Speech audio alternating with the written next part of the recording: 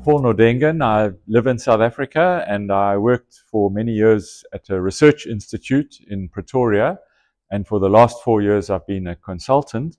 And it's been great to be part of the advisory board for this CETA project in the EU.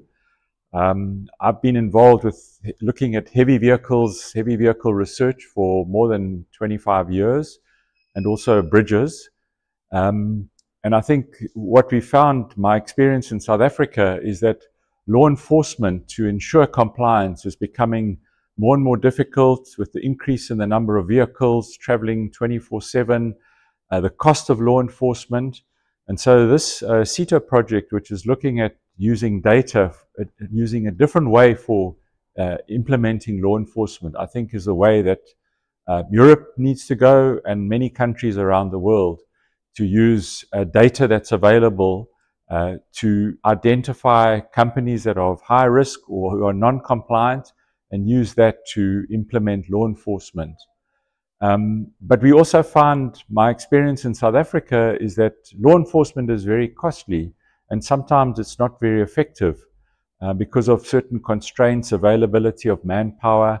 And so I think CETA has also identified the importance of incentives to get companies to comply voluntarily, which will then reduce the burden of law enforcement.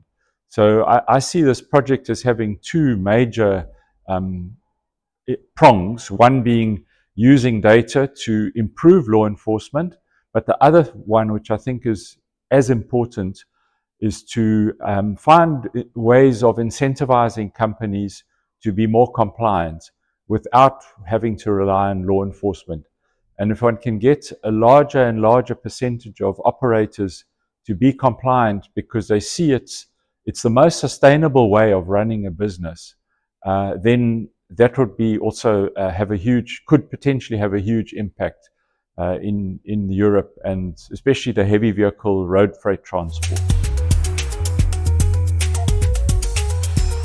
CETA is innovation, achieving good results with using lots of data.